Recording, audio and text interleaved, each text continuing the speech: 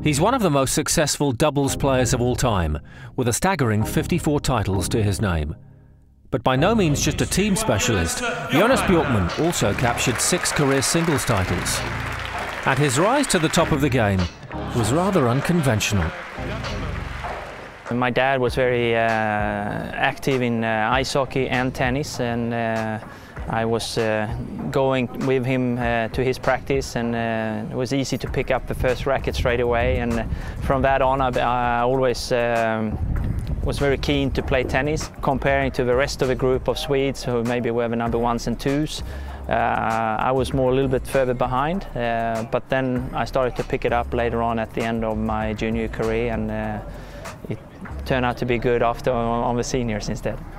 Jonas has a different story if you compare to other players, because as a junior he was not top ranked, he didn't have any support from the federation, he didn't have any sponsor, so he went his own way. So he struggled for a couple of years when he went with his father to very small tournaments, difficult tournaments to play. And I think that made him tough. So when he came on the ATP tour, he appreciated that so much. On the doubles stage, Bjorkman won a formidable 9 Grand Slam titles. It was in 1994 when the young Jonas first shot to fame. He and compatriot Jon Appel captured the Tennis Masters Cup against all the odds. Obviously winning the World Championship with Jon Appel in Jakarta '94 was very special as well. But you know, we came from nowhere, and to go all the way and beating the Woodies as well in the final was a fantastic achievement for us. He's extremely fast, fantastic returns, and very positive, and it helps the team a lot. You know, when it's tough, he could be hard on himself, but never against me or what I've ever seen towards any other player he's been playing with. So always very positive attitude, and that's helped him a lot as well, of course. Bjorkman reached the peak of his powers in doubles in 2001, when, as well as capturing his 3rd Australian Open title, the Swede became a world #1 in doubles.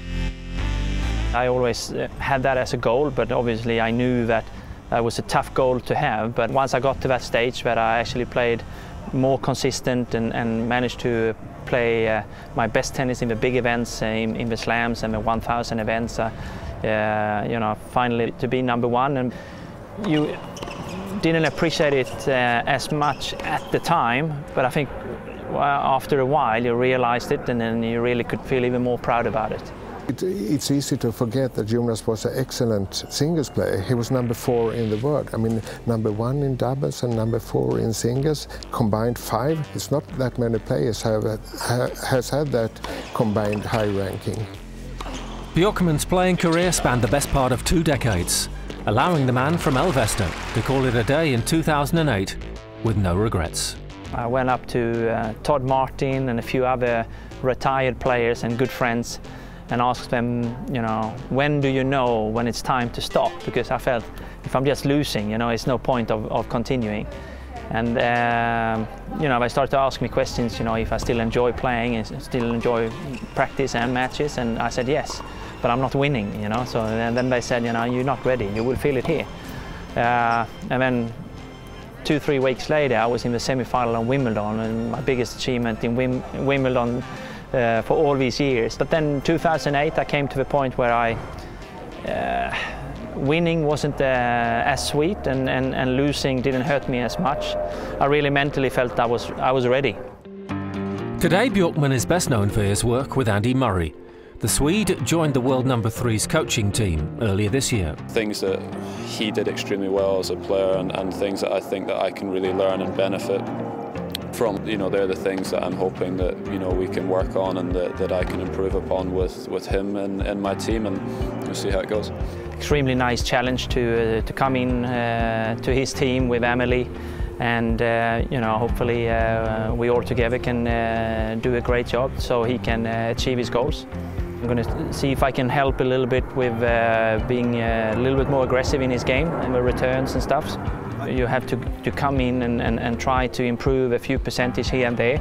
More maybe being comfortable and confident at the net. Jonas Bjorkman was a force to be reckoned with as a player. Still at the top of the game, he aims to carry on winning as a coach. Next week on ATP World Tour Uncovered, King of New York, the 2015 US Open champion is crowned. And Pistol Pete Sampras looks back at his first US Open triumph in 1990. Don't forget to log on to the all-new ATPWorldTour.com for your 24/7 breaking news. And talk with us on Facebook and Twitter in English and Spanish. See you next week.